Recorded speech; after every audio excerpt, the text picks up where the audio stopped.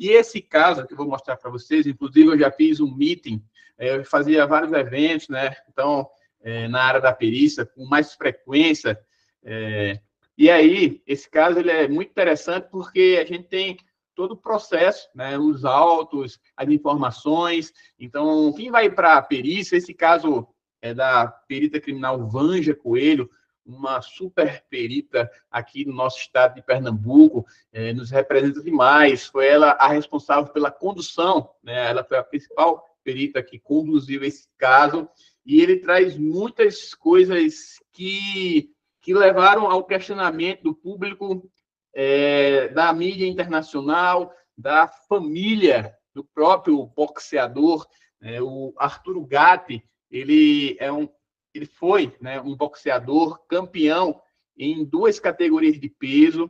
Ele tinha uma descendência italiana e canadense, né? E assim ele conheceu uma brasileira, uma baiana, o nome dela é Amanda, e com ela se casou, né? Vou fazer aqui um overview, aqui, uma visão geral inicialmente, para vocês entenderem um pouquinho da contextualização, e depois a gente vai para a parte técnica, e aí vocês já vão, de repente, fazendo alguns juízos de valores, não sei.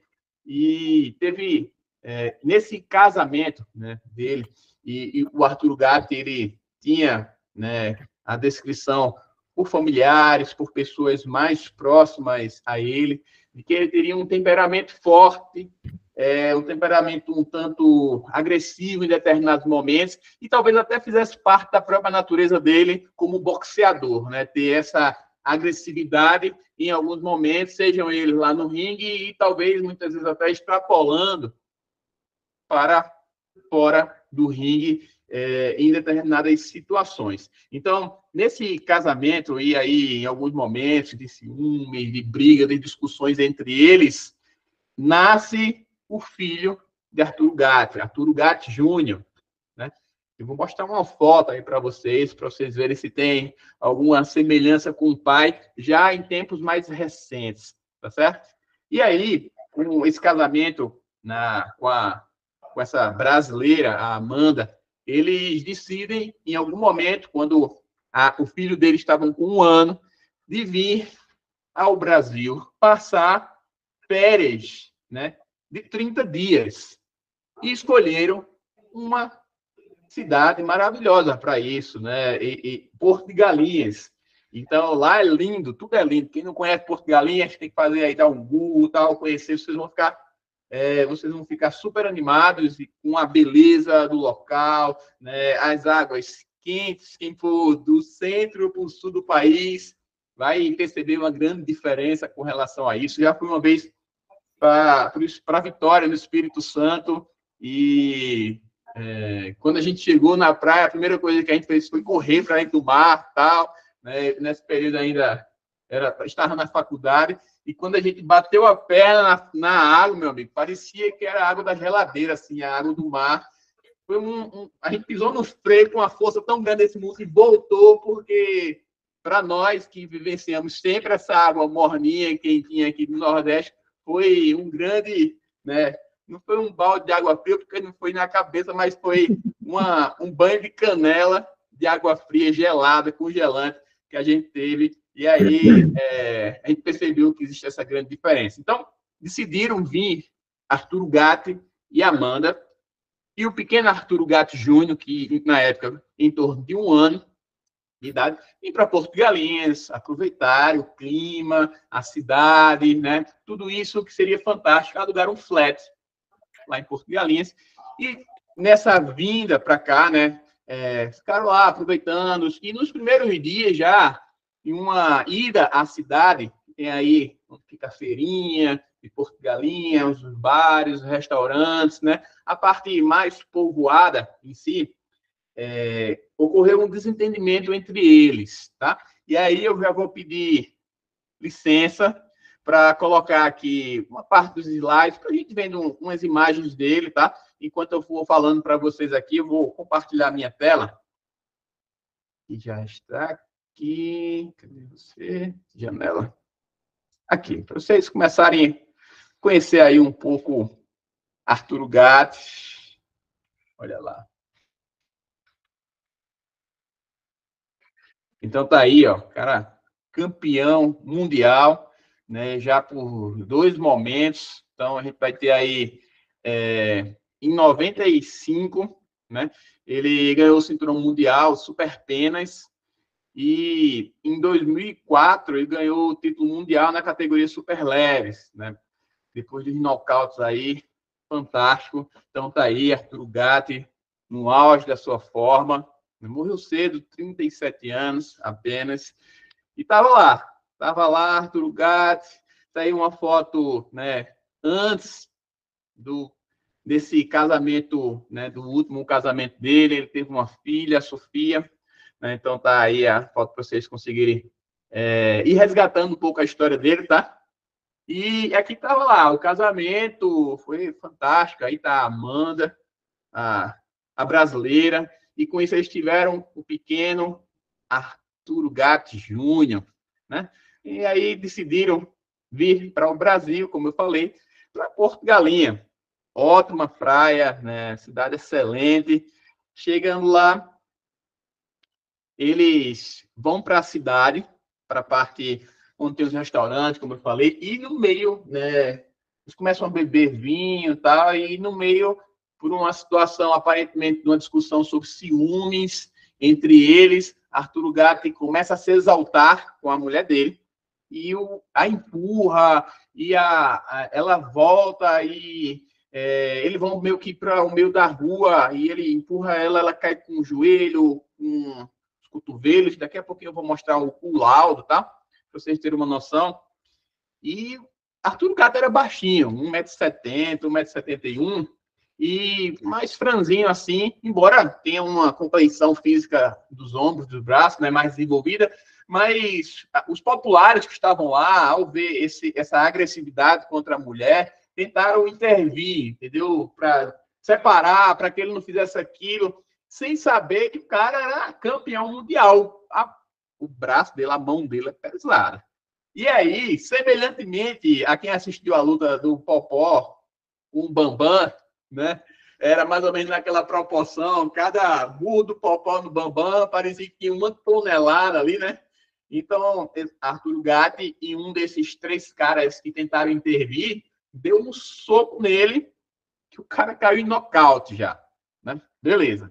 Os outros 2, quando viram aquilo, se assustaram, pegaram, pelos relatos que se tem, bicicleta, jogaram nele e tal. E aí ele, bem alterado, agressivo naquele momento, decide voltar para o flat onde eles estavam. E deixa para trás a Amanda e a criança, né? E aí, não, ele pega a criança e vai embora, e deixa ela lá. Ela tenta dormir por lá, na própria cidade, com medo de retornar para o flat e se encontrar com ele, né? Mas, pelo relato dela, ninguém permite que ela durma sem pagar, sem ter o dinheiro para pagar ali naquele momento. Então, ela decide pegar um táxi e retorna para o flat, né? Quando chega lá, ele paga o táxi, ela pega o menino, esse flat era um térreo e primeiro andar, o quarto era em cima, na parte de cima, tá? E aí ela pega o menino, sobe, vai lá, bota o menino para dormir e tal, e ele fica embaixo bebendo, continuando bebendo. Ela relata que de manhã, e aí algum horário que não ficou bem definido, ela decide descer para fazer o leite do menino, para alimentá-lo. Então desce, vê que ele está caído no chão, mas pensa que é por bebida alcoólica, que ele se alcoolizou, caiu e dormiu, pegou no sono naquela posição. Faz o leite, o mingau da criança, retorna para a parte de cima, fica mais um tempão, e depois, quando desce, percebe e dá conta que, na verdade, ele estava morto, ele estava sem vida ali, tá? Então, estou vendo aqui que tem gente em todas as partes do Brasil. Eu sempre gosto aí de perguntar, o Castro já colocou aí, ó, Pelotas, Rio Grande do Sul, né? Depois vocês se apresentem aí, por gentileza, botem a cidade, o estado de vocês. Eu acho muito bom saber com quem eu estou conversando aí, né, com a galera. Estou vendo aí, ó, Rio de Janeiro, Fortaleza, Ceará, Luiz, Belo Horizonte, sul de Minas Gerais, Débora. Estou vendo aí a galera bem participativa, é muito bom isso. Simone, Pernambuco, pessoal do Crato, São Paulo, Belém do Pará, Guarulhos, litoral de Santa Catarina, Piauí, Brasília, Salvador. Muito bom, muito bom. Vou vendo aqui mais Curitiba, Porangatu, Goiás, Cuiabá. Beleza, ótimo. Excelente saber. Tem gente aí, ó, Toledo, Paraná, Juiz de Fora, Feira de Santana, Lagoa do Ouro, Bruna. Um abraço, Bruna. Angeline, lá de Manaus, Tocantins. Então, de norte a sul, de leste a oeste. Estou vendo aí muita gente. Torres, lá do Rio Grande do Sul, Rio Claro, São Paulo, Gravataí, Rio Grande do Sul. Beleza. Maria Fernanda, só esperando o resultado do concurso da Politécnica. Legal. Tatiana, estava com saudade também de conversar aqui com vocês, de interagir. É uma pena que hoje eu não estou conseguindo escutar vocês para falar. Um abraço aí para minha amiga Érica, que me convidou aí. Lucas de Rio Verde, Mato Grosso, Ribeirão Preto. Beleza. Então, olha só, o que é que aconteceu? Ela, desesperada, chama de imediato o pessoal do hotel para tentar socorrer de alguma forma. O pessoal do hotel, quando chega, se esbarra naquela situação, chama a polícia vai lá, né? E aí começa a ter a investigação do que poderia estar acontecendo, a investigação policial, né? Começar a fazer o interrogatório dela, perguntando informações sobre ela, porque uma coisa ficou muito no ar posteriormente, sabe? No primeiro momento, se ela teria um cúmplice para conseguir matar aquele cara lá. Que o cara, embora não seja tão alto, 1,70 m, mas era um monstrinho, o cara era muito forte. Então, como é que ela sozinha ia conseguir matar um cara desse? É certo se ele tivesse drogado, dopado de alguma forma, e aí seria uma possibilidade, né? Seria mais fácil, de repente, ela ter um cúmplice. E aí foram olhar o sistema de trava, as câmeras de segurança. Então, veja que a investigação policial ela já começou sendo minuciosa naquele momento. Mas eu vou falar para vocês qual foi um dos pontos mais intrigantes para esse caso na opinião pública. É que o Arturo Gatti, ele sempre foi muito, aparentemente, precavido, não sei se de forma cultural, né, da família dele, ou da vivência das pessoas com quem ele convivia, ou por uma orientação jurídica. Ele tinha um testamento. Mas, cerca de um mês do quebradinho, antes da viagem para Porto de Galinha, ele muda o testamento, colocando a Amanda como principal recebedora dos seus bens, que não eram poucos, passaram de milhões, né? Passava de $1 milhão de dólares no período naquela época. E aí, isso mudou completamente o jogo. Como é que antes da viagem, pouco antes da viagem, né, o cara muda todo o testamento, colocando a esposa dele na época, né? Isso eu estou falando as discussões da época, tá? Como é que ele muda o testamento, coloca praticamente todos os bens que ele tinha, que eram bastante, uma carreira vitoriosa, e vocês sabem que o esporte do boxe é um dos esportes que mais remunera os seus atletas, aqueles lá em cima, né? Lógico, todo mundo está na categoria amadora, tal, o dinheiro é muito pouco, mas quando vai para a categoria de cima, quando o cara é campeão mundial, a grana é bastante, é alta, né? E aí ele muda colocando para a mulher. Vem para cá, aluga o flat por 30 dias e com 4, 5, 6 dias aparece morto, né? Então, isso foi uma grande discussão, né, a parte aí, que rolou, inclusive, quando os familiares foram olhar lá o testamento, contrataram peritos americanos, tá? Para vir contestar o laudo oficial da perícia pernambucana, e aí eu vou mostrar para vocês. E aí, nesse intervir aí, né? Vamos lá mostrar aqui, olha, como é que estava a posição aí do Arturo Gatti, tá? Então, ele estava caído. Se vocês observarem, o flat, ele tinha uma parte térrea, e uma parte com escada, onde daria acesso para o quarto. E aí o Arthur Gatti, ele estava na parte de baixo bebendo, e junto com o corpo foi encontrado um cinto de amarrar as calças, tá? E ele teria utilizado, ou uma pessoa teria utilizado esse cinto para causar uma asfixia, né? Então aí está a imagem, inclusive, do laudo da época. Olha lá, 11 de julho de 2009, né? Então estava aí as alturas de cada um dessas estruturas de madeira, dessa escada. Então vocês estão vendo aí, ó, foto real, uma ilustração 3D e o croquis, né, o desenho técnico, né, o desenho ilustrativo técnico, o desenho esquemático do caso da época. Isso aqui é coisa real, tá? É o que está lá.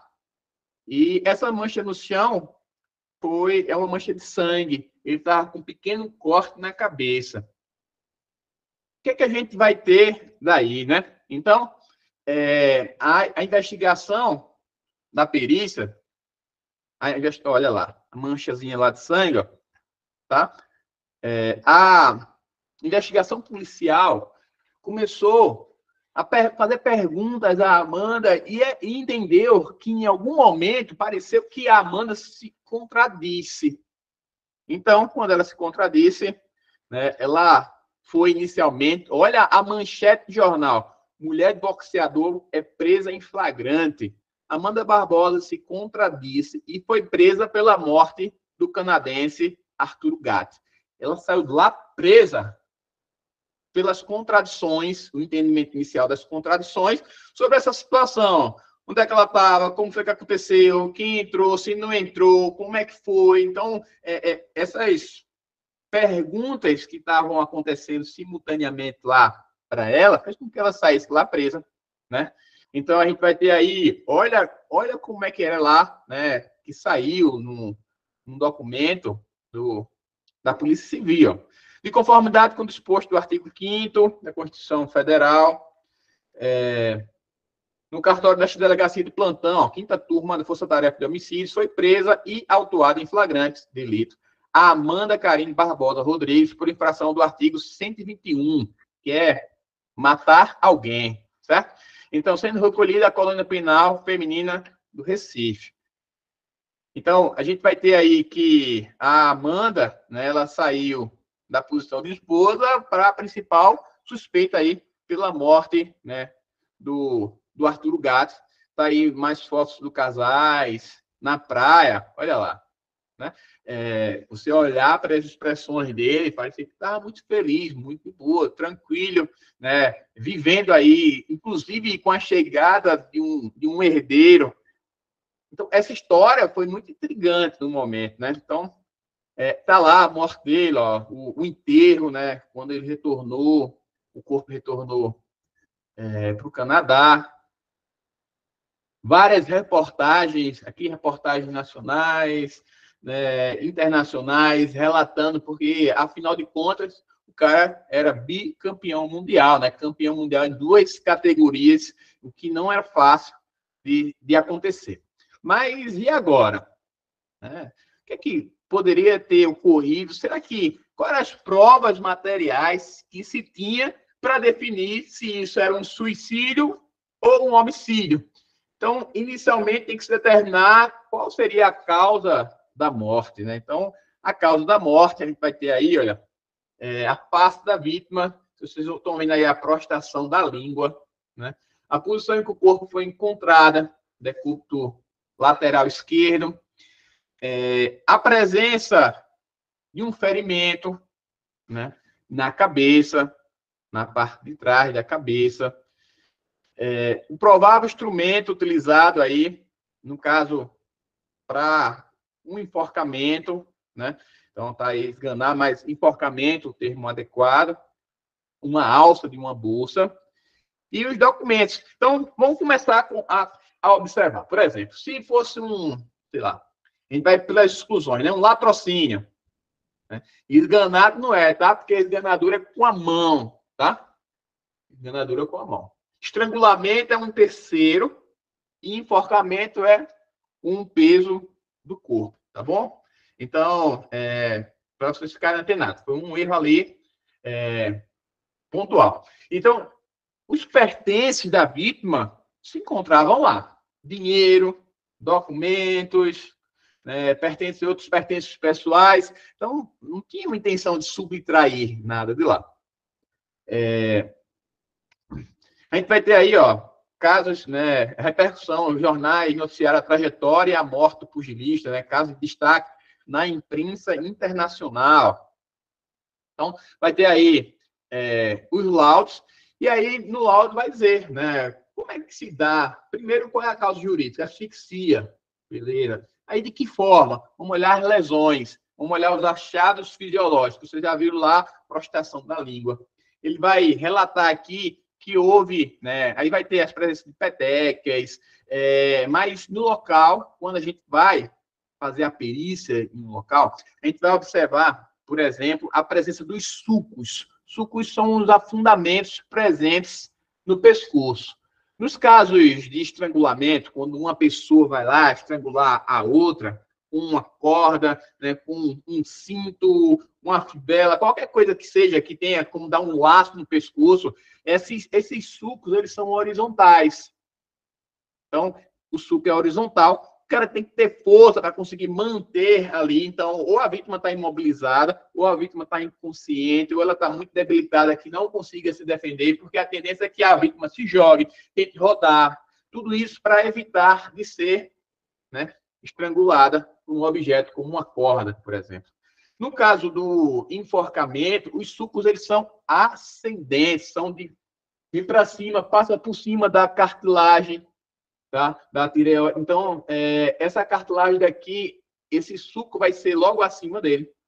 A gente vai ter, geralmente, uma parte do nó, seja para o lado direito ou esquerdo ou para trás. Então, nessa parte, os sulcos são mais leves, são mais rasos. Tem características próprias para isso. Nós vamos encontrar também, sempre quando eu vou para um local, então, algumas pessoas aqui já me acompanham ou me acompanhavam mais frequente nas redes sociais, né? Eu trabalho como perito criminal aqui em Pernambuco.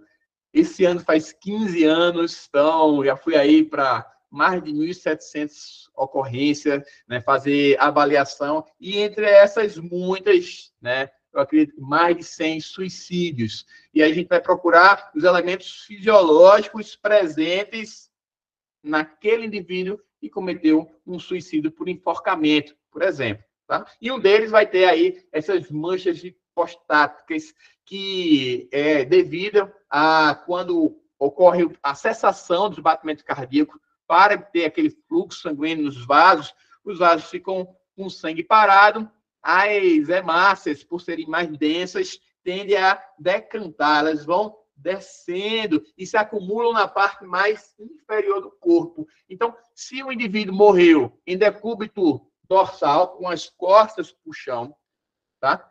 Depois de um determinado tempo, quando eu mexer nesse corpo, eu vou ver que na parte das costas vai estar meio roxo, né? Meio escurecido assim. E isso são chamadas manchas hipostáticas, são as hemácias que decantaram, conseguiram passar pelos vasos sanguíneos, que são vasos que têm barreiras, tá?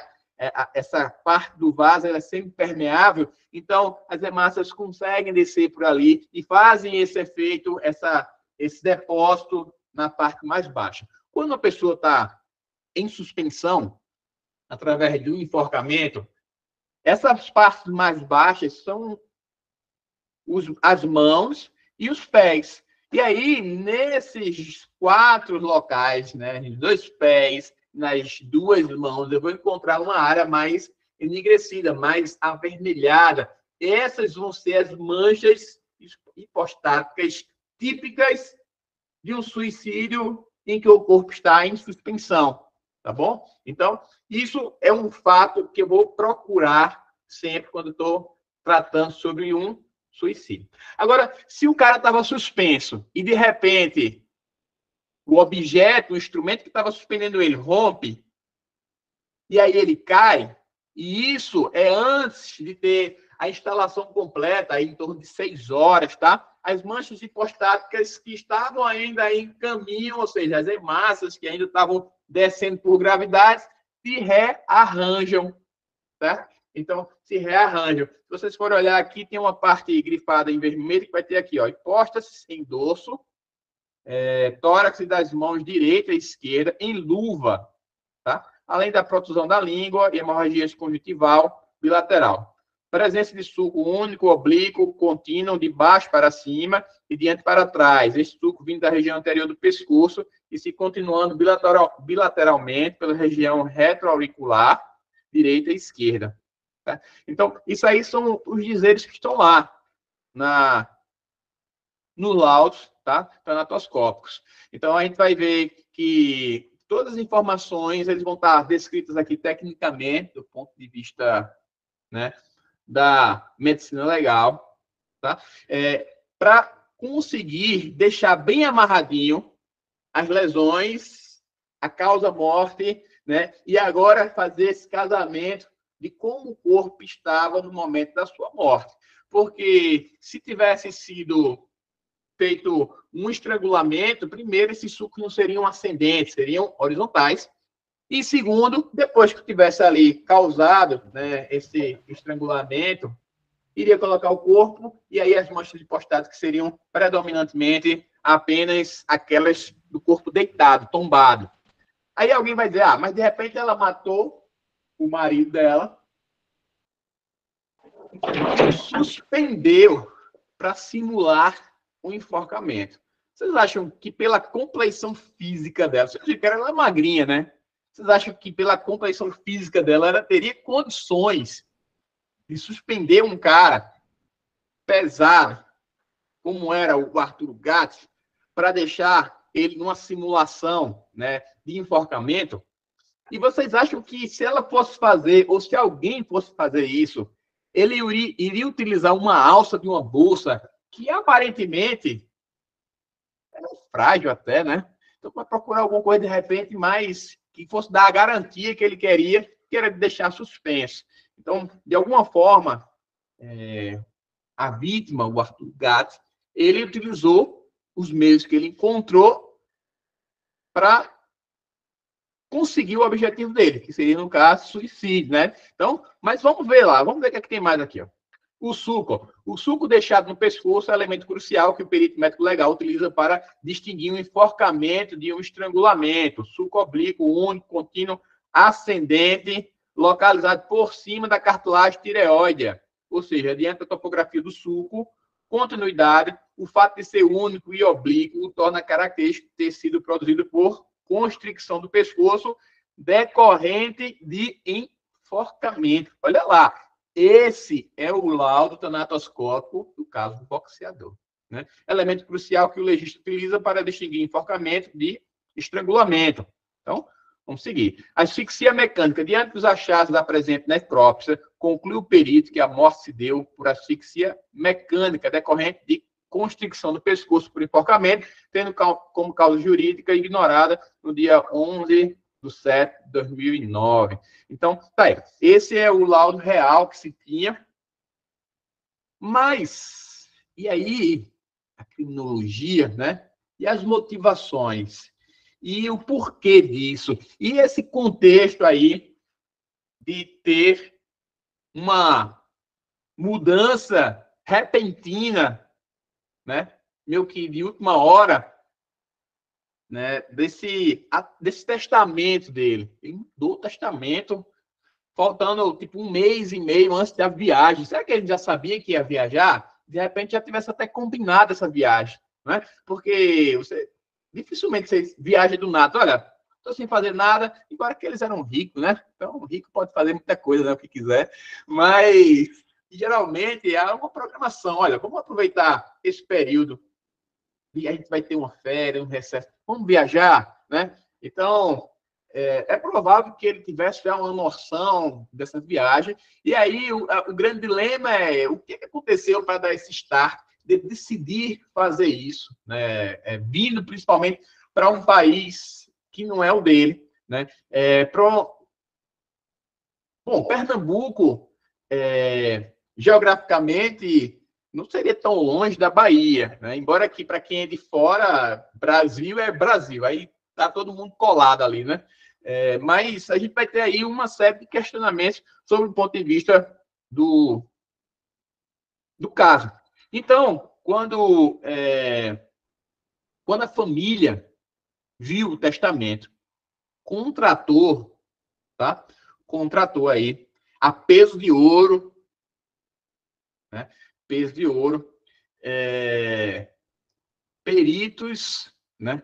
Forenses lá dos Estados Unidos, também fizeram contratação de peritos canadenses para tentar questionar, colocar na justiça, desfazer esse laudo feito pela perita, né, competentíssima que nós temos aqui, a Vanja, tá? Então, eu quero sempre deixar ressaltado aqui o quanto o laudo dela foi muito bom, né? Ela, inclusive, refez simulações da alça da bolsa, uma bolsa, né, daquela mesma marca, tal, com pesos semelhantes, para saber se a bolsa cedia ou não, se tinha capacidade ou potencial dessa alça ceder com um determinado tempo. Então, fez uma série de ensaios, né? Então, o enforcamento, ele é uma situação em que, quando o corpo começa a ter asfixia e a falta de oxigênio, o corpo meio que apaga e volta. Apaga e volta. Só que quando você apaga e volta, ou tenta voltar, a constricção continua. Porque o peso do teu corpo está formando, está causando essa constricção. E aí a falta de oxigênio continua. Então a pessoa vai a óbito. Depois de um tempo, com um peso, a alça não aguentou, assim como acontece muitas vezes com a corda, o nó vai cedendo, tá? O peso vai fazendo com que muitas vezes a gente chega lá, a vítima está de joelhos no chão. E aí você vai dizer, não, peraí, como é que a vítima está de joelho e se matou enforcado? Não tinha condições, ela poderia ter colocado o pé, né? Olha, dá para acontecer um suicídio por enforcamento numa maçaneta de porta. Porque a partir do momento que você colocar a corda e se sentar e não conseguir alcançar a bundinha no chão, tá? Se estiver suspenso e aquilo ali formar uma constricção e você apagar a primeira vez, quando você apagar e tentar resetar o seu corpo, você está suspenso ainda. Então, você já era. Se você estiver deitado, sem um apoio, vai ficar ainda preso em constricção. Então, você não vai conseguir escapar. Você vai ter uma morte por enforcamento, por asfixia mecânica causada pelo enforcamento, que é o seu peso contrapondo aquele nó corrediço que você colocou no pescoço. Então, a pessoa pode estar sentada, deitada, se o nó ficou apoiado, quando ela apagar e tentar voltar, o corpo fazer o reset para ver se dá certo, não tem para onde correr. O resultado vai ser o mesmo, vai ser o óbito, tá certo? Isso, quando ele está falando que tem uma pessoa próxima que se suicidou assim na maçaneta. É possível, sim, completamente, tá bom? Então, quando contrataram os peritos, os experts aí, dos Estados Unidos, Canadá, eles vieram para o Brasil, inclusive, para tentar tumultuar as coisas e tal. E aí apresentaram, né, documentos, e nesse documento, uma coisa que eles não questionaram era a causa morta, a asfixia mecânica, tá? Então, a asfixia é incontrovérsia. É ponto de controvérsia entre todos os profissionais que atuaram na análise do presente feito, que é a morte do conhecido boxeador deu-se por asfixia. Esta pode ser definida como todo e qualquer mecanismo que intervenha na correta oxigenação dos tecidos humanos, no caso em tela, por constricção do pescoço. Todavia, divergem os peritos brasileiros de alguns dos profissionais estrangeiros contratados pela família do extinto quanto ao tipo de asfixia. Eis que, com quantos peritos oficiais concluíram pela asfixia por enforcamento decorrente de suicídio, os peritos particulares concluíram pela asfixia por estrangulamento decorrente de uma ação homicida. Então, essa foi a principal tese dos peritos contratados externamente pela família para tentar derrubar, contestar, tumultuar o enforcamento ou estrangulamento, é imprescindível a análise das características dos sulcos, das marcas deixadas pelo laço. Tudo isso está no processo, está relacionado com esse caso. Eu estou trazendo aqui para vocês para que a gente possa conversar tecnicamente e também juridicamente. O que está escrito lá? Porque às vezes a gente fala, mas será que era isso que estava escrito realmente? Então, eu estou trazendo aqui para vocês poderem ter uma noção melhor sobre isso. Então, tem aqui, ó. No enforcamento, o sulco é oblíquo e ascendente. Tem profundidade variável, é interrompido no nó, fica por cima da cartilagem tireoide. Já no estrangulamento, o sulco é horizontal, tem profundidade uniforme, não é interrompido e fica no meio do pescoço. Isso foi o contraponto para mostrar que essa tese, esses peritos que vieram lá de fora, de longe, não estava com nada, né? E aí, olha, o que é que vai acontecer agora? Nenhuma mácula no laudo pericial, né? O homicídio por enforcamento de uma pessoa completamente consciente e hábil é praticamente impossível, vem lá na descrição, tá? Do Ministério Público. Após cuidadosa leitura de todos os documentos acostados, todos os documentos juntados por esses peritos, contratados a peso de ouro, lá dos Estados Unidos, do Canadá, né? Não vislumbra o Ministério Público nenhuma mácula no laudo pericial em local de homicídio, elaborado pelo Instituto de Criminalística do Estado de Pernambuco, capaz de desconstituí-lo. E com isso, né, vai dizer aqui, ademais, ultrapassada a prova médico-legal, há de se ater às demais circunstâncias que norteiam a morte investigada. Temos que, diante de tudo o que restou esclarecido acerca do que ocorreu antes e no momento da morte, qualquer denúncia criminal oferecida contra a investigada seria pautada apenas por suposições sem fundamento fático mínimo. Olha lá. Olha onde é que vem. Ministério Público do Estado de Pernambuco, Promotoria de Justiça Criminal de Pojuca. Tudo isso aqui sobre as suposições dos peritos internacionais. Às vezes, a gente dá um valor desproporcional ao que é de fora. Parece que é melhor, né? Que é mais, que vale mais. Mas os caras vieram aqui, né? Então, tem lá. Nesse passo descreve a conduta da investigada Amanda Carina executando sozinho o seu falecido marido, torna-se de acordo com tudo que foi colhido, inclusive pelas perícias solicitadas pela família do falecido, algo impossível e injustificável, objetivamente falando-se. Como já explanado, o homicídio por enforcamento ou estrangulamento só é possível se a vítima tivesse sido dominada e deixada inconsciente ou mediante a ajuda de terceiro. Por outro lado, ouvidas inúmeras testemunhas, analisado o local do crime e realizadas diversas perícias, não se conseguiu reunir o mais remoto indício de que qualquer outra pessoa tenha entrado no local, né? Ou seja, quando subiu ao flat, encontrava-se em estado de fúria. Sim, isso aqui é dizendo, ó, quando subiu ao flat, encontrava-se em estado de fúria, de acordo com os depoimentos colhidos. Arturo Gatti havia agredido a sua esposa, lesionado gravemente a vítima, George. Tá lembrado quando eu falei? Nocaute. E ainda entrada em confronto com populares em via pública. De acordo com os taxistas inquiridos na condição de testemunha, o falecido, instantes antes de retornar para o hotel onde foi encontrado morto, encontrava-se bastante agressivo, inclusive afrontando os populares e ameaçando de matar a todos. Né? Beleza, deixa eu ver aqui. Pamela. Isso que ia dizer, o porte da Amanda não desqualifica ela para cometer o enforcamento sozinha, sim, ela é franzina, né? Loane, concordo, os profissionais brasileiros são muito capazes, são, e caiu na mão de Vanginha, entendeu? Ela é muito top.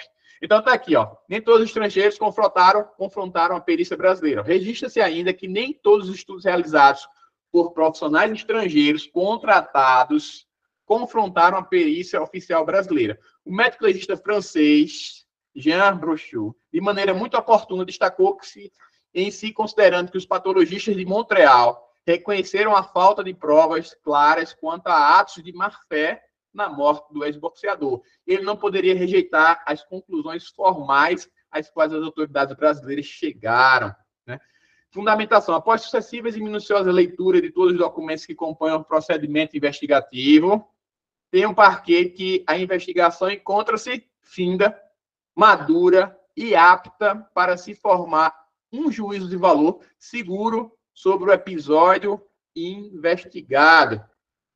E com isso, né, com alicerce no artigo 18 do CPP e da súmula 524, decidem pelo arquivamento dos autos, ante todo exposto, face à inexistência de indícios da prática de crime, manifesta-se sobre o Ministério Público de Pernambuco. Ou seja, no final das contas, peritos internacionais, peguem suas malas, voltem para onde vocês vieram, porque aqui não, né? Então, esse foi um caso bem clássico, importante, pertinente, e que deveria, inclusive, ter sido ressaltado com mais convicção pela nossa criminalística brasileira, mostrando, por A mais B, que a perícia brasileira, que a perícia, nesse caso específico, pernambucana, ela teve um excelente papel de envoltura, conseguindo, sim, através das provas materiais, né, os elementos dos vestígios criminalísticos, né, deixar claro tudo o que aconteceu. Algumas pessoas até perguntaram sobre o corte na cabeça e tal, mas entenda, se houve um rompimento da alça, dava sustentação ao corpo na prática do enforcamento, é claro que com a queda seria possível acontecer algum tipo de lesão, mínima possível. Não suficiente, por exemplo, para dar um apagão. Vamos dizer, alguém pegou e bateu com a madeira, um pedaço de madeira, uma barra de ferro na cabeça dele para deixá-lo inconsciente. Nada disso. Fruto, né, a lesão apenas de uma escoriação, tá? Então, a gente vai ter aí que a morte do Arturo Gatti se deu, né, de acordo com o que Vanessa está perguntando aqui, por uma ação suicida. É uma morte violenta, mas por ação suicida. Não teve, né, não houve um homicídio, né, não houve uma morte planejada pela Amanda, assim como se noticiou, né, em alguns momentos, e assim, inclusive, como se pensou inicialmente na investigação policial. Agora, do ponto de vista da criminologia, né, o que é que rolou, o que é que aconteceu, quais foram os pensamentos dele, as circunstâncias, né, se ele já estava em um quadro depressivo previamente ou não. Então, há informações que, em um determinado momento, fogem do ponto de vista da criminalística, que é trazer as provas materiais, né, a dinâmica dos acontecimentos, tá? De forma inequívoca. Então, a perícia ele vai ter 3 pontos: fazer a comprovação, né, dos atos, registros, dos vestígios, tá? A gente vai ter aí a determinação da dinâmica, tá? E, por último, a autoria. Então, esses 3 pontos foram, de forma inequívoca, realizada aí uma grande maestria pela perita criminal de Pernambuco, Vanja Coelho, né, que há pouco tempo se aposentou aí, está descansando agora, no descanso merecido, tá? E que fez excelentes trabalhos aí na sua carreira, e eu me orgulho muito, né, de trazer aqui e falar um pouquinho. A gente já tinha, inclusive, feito um evento a respeito disso aqui, certo? E olha lá, a semelhança. Olha o garoto dele aí, ó, o Arturo Gatti Júnior, né? Então, se Deus quiser, ele vai seguir aí os passos do pai na carreira, né, como pugilista aí, e quem sabe, brevemente aí, novo campeão mundial. Isso é o que eu torço, né, para ele, tá bom? Deixa eu ver aqui. E temos perguntas, tá? Como a Érica me falou, a gente tem aí o horário de 1 hora, ainda agora às 21 horas. Então, espero que vocês tenham gostado, que vocês tenham aproveitado aí essa discussão, trazer os casos reais, é muito interessante, trazer as provas técnicas, né?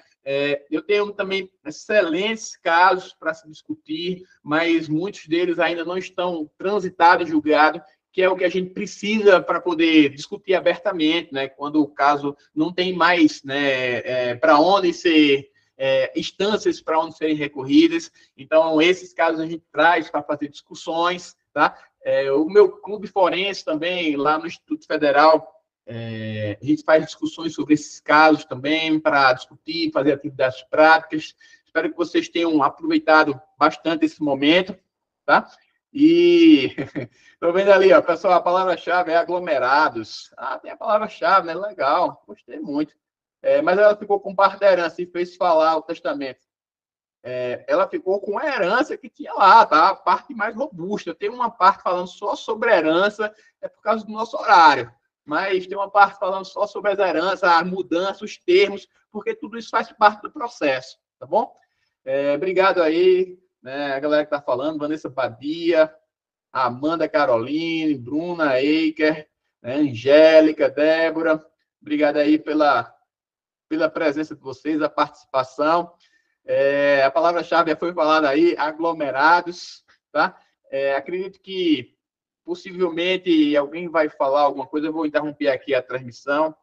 É uma pena que nesse primeiro momento eu não estou podendo escutar vocês, não estou conseguindo, mas acredito que tenha sido bastante válido, tá? Então, eu vou deixar aí a palavra aí para a Érica e para os organizadores, para que vocês possam conversar um pouquinho aí, explicar a todo mundo, tá? Algum outro termo que vocês precisem, e a gente fica por aqui, tá bom?